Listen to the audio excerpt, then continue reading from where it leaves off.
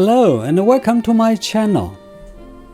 If you are a subscriber to my channel, you know that quite a few of my videos are about philosophy. I've discussed a variety of philosophical topics, presenting different theories and expressing my own views and opinions, many of which are quite theoretical and analytical. But today, I'd like to make another video talking about the basics of doing philosophy, because some of my viewers and friends are still asking me basic questions such as what is philosophy and why should we study philosophy? If you are new to this channel, my name is Frank Zhu and I'm a college professor teaching sociology, history and philosophy. I'm also an award-winning landscape photographer.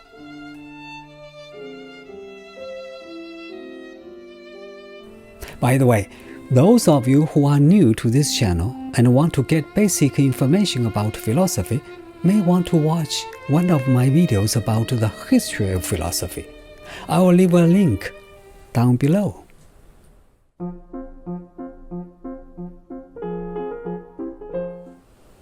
Although many of us know very little about the term philosophy and even less about the history of philosophy, we are not total strangers to philosophy, because philosophy starts with wondering about simple and everyday things, and every one of us has wondered about those things.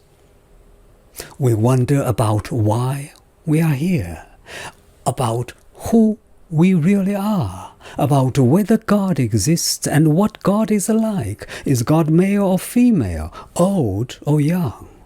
Why do we suffer from pain, evil, and sorrow? We wonder whether there is life after death. Is there true love? We want to know what the proper balance is between serving others and serving ourselves. Whether suicide, abortion, or euthanasia can be justified.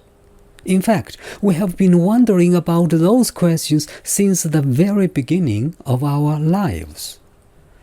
Asking and trying to answer those questions makes up what we call philosophy, which is why I keep saying that philosophy is everywhere.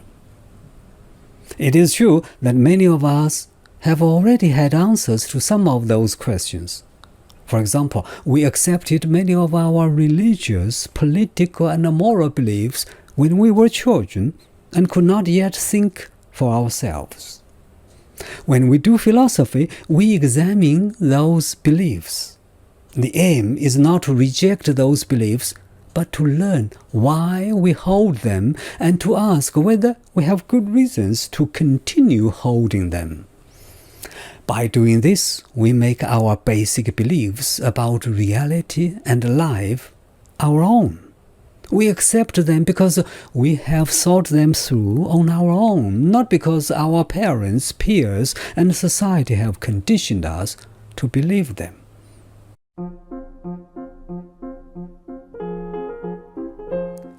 If you have watched my previous videos, you may have noticed that I keep saying the term doing philosophy. Sometimes I use another term, philosophizing, and that's because philosophy is an activity. In this respect, it differs from other academic subjects. Unlike some other subjects, philosophy does not consist of a lot of information or theories. There is no doubt that philosophers have developed many theories and views, and I have discussed and analyzed some of them. However, which is very important to keep in mind, philosophical theories are the products of philosophy, not philosophy itself. The point of studying theories is not just to memorize them. Instead, we study them in order to use them as an aid to help us learn how to do philosophy. By seeing how the best philosophers have done philosophy and by considering their views, we can better understand what philosophizing is. More importantly, we can use their insights to shed light on our own philosophical journey. It is the journey or the activity that is important. Philosophical theories are only the products we bring back from our journey.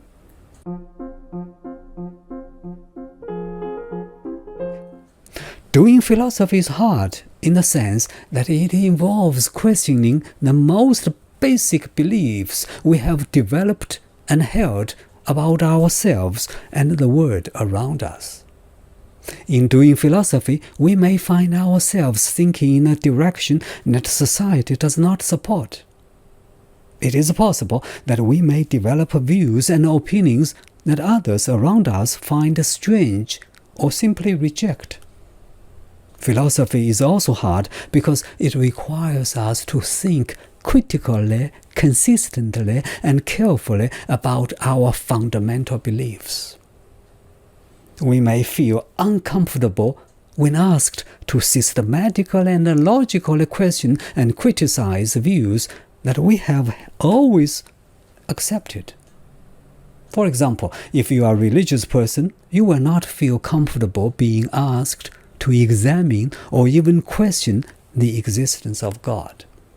However, we must keep in mind that philosophy is love of wisdom, and to become wise, it requires intellectual discipline and the hard work of reasoning as carefully and logically as we can.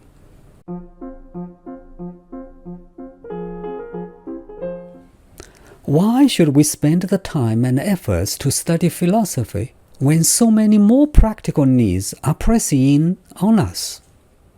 We understand that the reason why we should spend time studying those subjects, it is because they will provide the knowledge and skills which we need to get a job or succeed in a career. We each need a job or a career to get along, to earn our living and meet our basic needs. But why should we spend time studying philosophy? I have talked about several reasons in my past videos. Today, I want to elaborate on one point. Doing philosophy helps us develop critical thinking skills, which are needed to get ahead in every area of our education and career. In fact, the importance and the value of good reasoning and critical thinking cannot be over-exaggerated.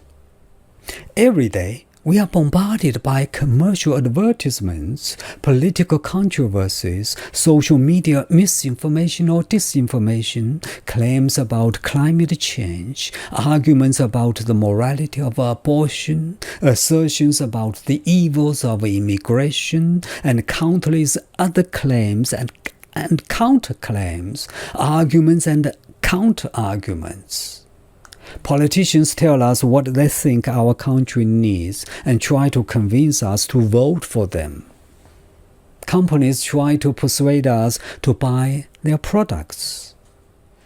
News commentators, bloggers, and editorials try to influence our thinking.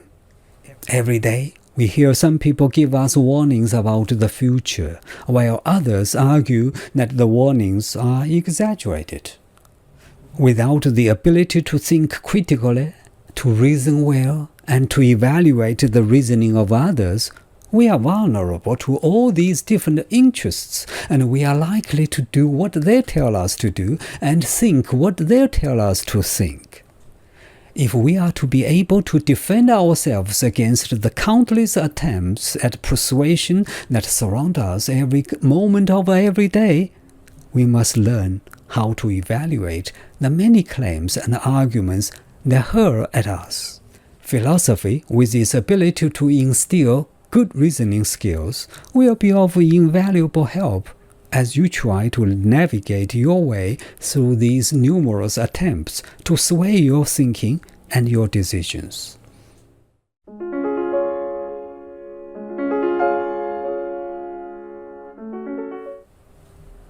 That is all that I wanted to talk about today.